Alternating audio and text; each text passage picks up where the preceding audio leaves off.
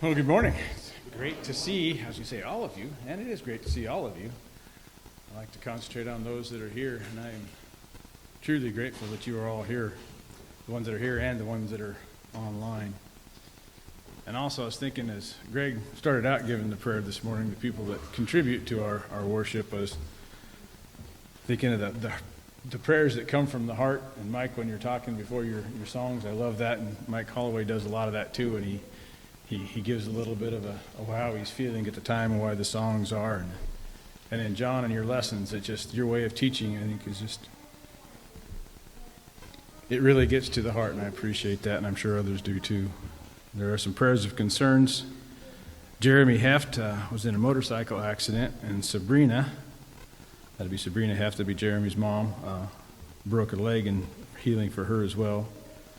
And then Sam, this is a praise. Sam is doing well, misses the family here, and he says hello.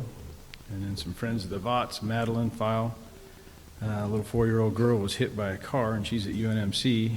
And then a friend of theirs, Sean, has a diagnosis and prayers for treatment of cancer.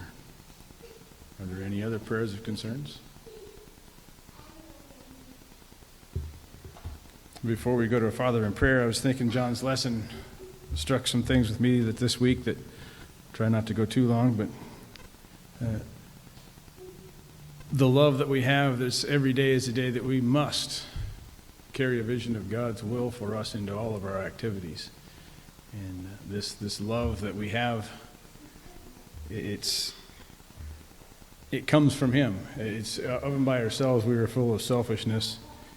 And it's like the thought that came to me, and it was visiting with a friend, and when we make a decision, instead of asking ourselves what is the highest choice, most of all, we ask ourselves what is most profitable, or what do we have to lose?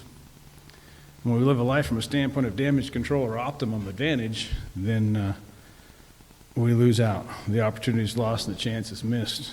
For this is a life that's lived of fear. And we're not fear, we're love, and that love needs no protection. It can't be lost, and we'll never know our whole life experience if we live a life from that point of view.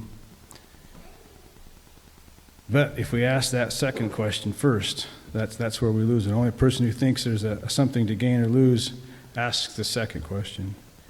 And only a person who sees life in a different way sees self as a higher being who understands that winning and losing is not it, but it's loving or failing to love is the problem. That's where we fall it. So as we go forward in this thing of living life, that decision is ours. And so what is the highest choice? And I believe that is how we figure out what God's will is for us, is to make those decisions, not based on self, but on others. Let's go to our Father in prayer.